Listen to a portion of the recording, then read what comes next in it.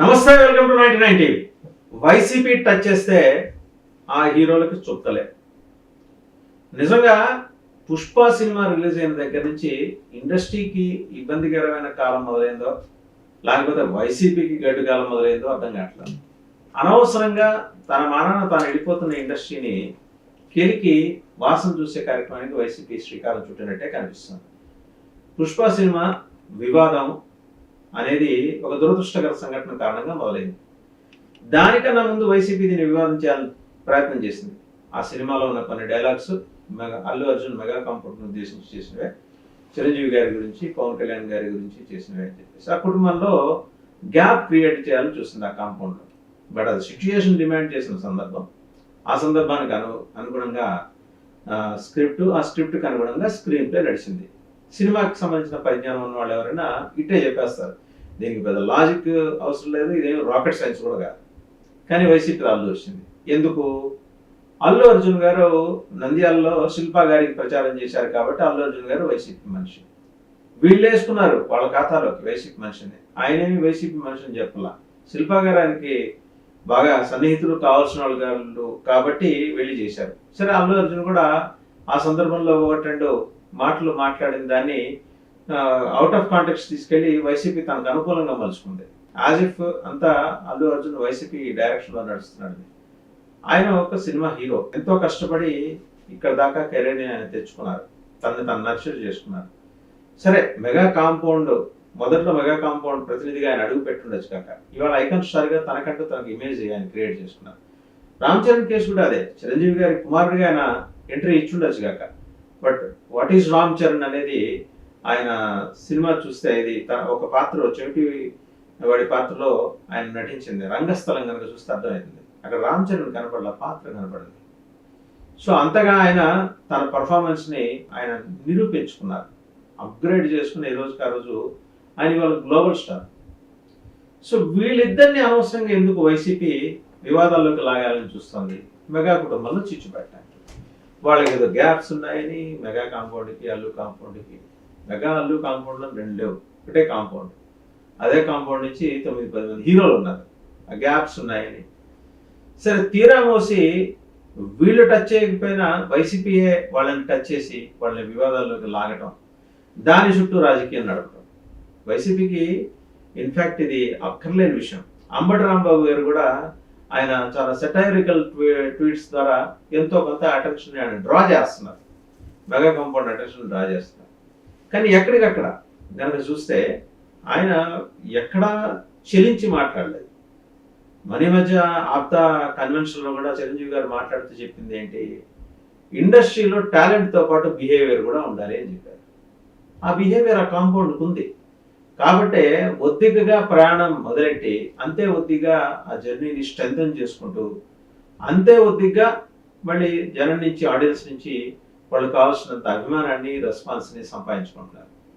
మరి అదొక ఇండస్ట్రీ, దాని వ్యవహారం, దాని తీర్థంతులు వేరు, వాళ్ళ పని వాళ్ళు చేసుకుపోతారు. దాని మీద వచ్చే ఇండస్ట్రీ అయిన తర్వాత ఇన్వెస్ట్మెంట్ ఉంటుంది. ఇన్వెస్ట్మెంట్ పెట్టిన వాళ్ళకి రకరకాల ఆస్పిరేషన్స్ ఉంటాయి. సరే, పెట్టుబడి పెట్టిన రూపాయి వెనక్కి రావాలి, దాంతోపాటు ఇంకో పాల లాభం రావాలి. వాళ్ళ లాభాల కోసం వాళ్ళు ప్రభుత్వాల దగ్గరికి వెళ్తారు, అర్జీలు పెట్టుకుంటారు, బెనిఫిషియల్ ఇస్తే బెనిఫిషియల్ వేసుకుంటారు. ఇలా రకరకాల ప్రయత్నాలు. తెలంగాణలో జరిగిన ఒక దురదృష్టకర సంఘటన ద్వారా బెనిఫిషియల్ అనేవి తెలంగాణలో ఇక లేనట్టే. ఆంధ్రప్రదేశ్లో సరే గేమ్ చేంజర్కి ఇచ్చారు, మిగిలిన 2 సినిమాలు కూడా ఇచ్చే అవకాశం ఉంది. దాని పెద్ద వాళ్ళు అడిగితే ఇస్తారు.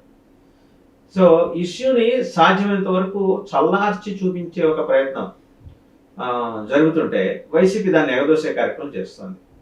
అందుకని నిజంగా ఇప్పుడు రోజా యాంకర్ శ్యామల గారు కావచ్చు, మాజీ మంత్రి రోజా గారు కావచ్చు, అంబటి రాంబాబు గారు కావచ్చు, ఇంకా యూకేలో ఉన్న డాక్టర్ చింతా ప్రదీప్ ఆయనైతే ఒక ట్వీట్ చేశారు. ఏమని?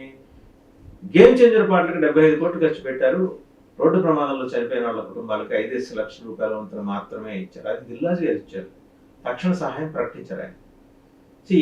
ఇవేవి అంటువర్డ్ ఇన్సిడెంట్స్ అండి, ఇవి కావాలని జరగవు. దురదృష్టకర సంఘటనలు, రోడ్డు ప్రమాదాలు కావచ్చు, సంధ్యా థియేటర్ దగ్గర తొక్కిసలాట కావచ్చు. అక్కడ నిర్వహణ లోపము, పర్యవేక్షణ లోపము సంధ్యా థియేటర్ దగ్గర ఉంటే ఇక్కడ రోడ్డు ఛిద్రం అయిపోయి అసలు రోడ్డు ఉందా లేదో తెలియని పరిస్థితి, రోడ్డు.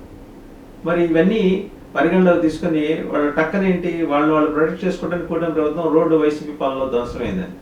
వైసీపీ ఏమడుగుతుంది, సీజ్ చేసేయండి అంటుంది. రామ్ చరణ్ గారి ప్రీ ఈవెంట్ రిలీజ్ ఫంక్షన్ సందర్భంగా చోటు చేసుకున్న అన్ఫార్చునేట్ ఇన్సిడెంట్, దాని నుంచి రాజకీయం చేయాలని చూడటం వైసీపీకి ఎంతవరకు సబ్బు. వైసీపీ వాళ్ళు దీన్ని రైజ్ చేసినప్పుడు డెఫినెట్గా అవతల వాళ్ళు కూడా దానికి రెస్పాండ్ అవుతారు, రామ్ చరణ్కి సపోర్ట్ చేస్తూ. ఓవరాల్గా ఏంటంటే సినిమా చుట్టూ రాజకీయం నడుస్తుందా, ఏపీలో రాజకీయం చుట్టూ సినిమా నడుస్తుందా, లేదా అచ్చంగా సినిమా మీదే రాజకీయం నడుస్తుందా చూస్తే ఈ సినిమా మీదే. ఇప్పుడు ఈ నెలంతా ఇటు వైసీపీకి మిగిలిన 2 సినిమాలు కూడా ఇంకా ఉన్నాయి. విక్టరీ వెంకటేష్ సినిమా ఒకటి ఉంది, సంక్రాంతికి వస్తున్నామని. అలాగే నందమూరి నరసింహం బాలకృష్ణ గారి సినిమా డాకు మహారాజు ఉంది. మరి దాని మీద ఏ కాంట్రవర్సీలు చేస్తారు? ఇన్ఫ్యాక్ట్ వైసీపీతో అంటకాగినట్టు అభియోగాలు ఎదుర్కొన్న, వాస్తవానికి ఆయన ఏం వైసీపీ మెంబర్ కాదు, సభ్యత్వం తీసుకోవాలి. అల్లు అర్జున్ గారు ఎంత కష్టాలు పడ్డారో ఒక నెలన్నర పాటు మనం చూస్తూ వచ్చాం. రేపొద్దున వీళ్ళకి కూడా ఇదే పరిస్థితి. ఎందుకు వీళ్ళని టచ్ చేసి అనవసరంగా ఈ కాంట్రవర్సీలోకి లాగాలని వైసీపీ ప్రయత్నిస్తుంది? సినిమా తప్పించి ఇంకో రాజకీయం వైసీపీ చేయలేకపోతుందా? చేతులు ఎత్తేసిందా? ఉన్న క్యాడర్ లీడర్స్ అందరూ అదృశ్యమైపోతున్నారా? సో ఇదంతా కూడా ఏంటంటే వీళ్ళు చేసే వ్యాఖ్యలకి రెస్పాండ్ కాకుండా ఉండాలనేది కూడా కూటమి నేతల భావన. కానీ అనివార్యంగా రెస్పాండ్ అయ్యేలాగా వైసీపీ చేయగలుగుతుంది. అది వాళ్ళ సోషల్ మీడియా మేనేజ్మెంట్. మరి టీడీపీకి కూడా అద్భుతమైన సోషల్ మీడియా ఉంది, జనసేనకి అద్భుతమైన సోషల్ మీడియా ఉంది, బీజేపీ కంటే జాతీయ స్థాయిలోనే సోషల్ మీడియా ఉంది. ఎందుకు కౌంటర్ ప్రాపర్గా చేయలేకపోతున్నారు? So these are all the questions. ఇవాళ హీరోలు టచ్ చేశారు, రేపొద్దున హీరోల ఫ్యామిలీల దగ్గరికి వెళ్తే, ఫ్యామిలీ అఫైర్స్లో దూరితే, అటువంటి వ్యవహారానికి కూడా వైసీపీ ఒడిగడితే పరిస్థితి ఏంటి? సో ఇన్ని క్వశ్చన్స్ తెర మీదకి వచ్చిన తర్వాత ఇండస్ట్రీ కూడా ఒకసారి ఏంటంటే ఆలోచన చేసుకోవాలి. అలాగే ఇండస్ట్రీలో పెద్దలందరూ కూడా కూర్చొని ఇటు వివాదాలకి దూరంగా ఇండస్ట్రీ ఉండటానికి కావాల్సిన ఏర్పాట్లు చేసుకోవాలి. ప్రభుత్వంతో కొన్ని ప్రత్యేక సందర్భాల్లో సంప్రదింపులు చేయటం, అలాగే చలనచిత్ర పరిశ్రమ అభివృద్ధికి ఏ రకంగా తమ వంతు సహకారం అందిస్తామని ఇండస్ట్రీ నుంచి ప్రభుత్వానికి చెప్పడం. ఈ 2-వే కమ్యూనికేషన్ ఉందనుకోండి, ఇబ్బంది ఉండదు. ఆ 2-వే కమ్యూనికేషన్ తెలుగుదేశం హయాంలో ఉండేది. తర్వాత జగన్మోహన్ రెడ్డి గారి హయాం వచ్చిన తర్వాత జగన్మోహన్ రెడ్డి గారిని ఇండస్ట్రీ పట్టించుకోలేదని ఆయన పంతానికి పోయి వాళ్ళందరినీ పిలిపించుకొని తన ఇంట్లో పెరేడ్ చేయించుకోవటం, ఇవన్నీ చూసినవే. ఇవాళ మాత్రం వీళ్ళు రేవంత్ రెడ్డి గారి దగ్గర పెరేడ్ కాక ఇంకేం చేశారు, ఇవాళ మళ్ళీ వైసీపీ ప్రశ్నిస్తుంది. సో సినిమా వాళ్ళని వదిలేయండి. వైసీపీ మీకు జనం ఉన్నారు, వైసీపీ నాయకులు, అలాగే వైసీపీ అధ్యక్షులు వారు జగన్మోహన్ రెడ్డి గారు. సినిమాలు వదిలేయండి, సినిమా వాళ్ళని వదిలేయండి. ప్రజల సమస్యల మీద మీరు జనంలోకి వెళ్ళండి. మీకంటూ ఒక నెట్వర్క్ ఉంది కదా, 40% ఓటింగ్ మీకుంది, దాన్ని యాక్టివేట్ చేసుకోండి. తిరిగి పాజిటివ్గా డెమోక్రటిక్ మీన్స్లో జనాలను ఎలా అప్రోచ్ అవ్వాలో తెలుసుకోండి. అదర్వైజ్ ఏంటంటే సినిమాల చుట్టూ రాజకీయం చేయాలని చూస్తే మీ పార్టీ చివరికి ఒక సినిమాకి స్టోరీ పీస్ అయిపోద్ది.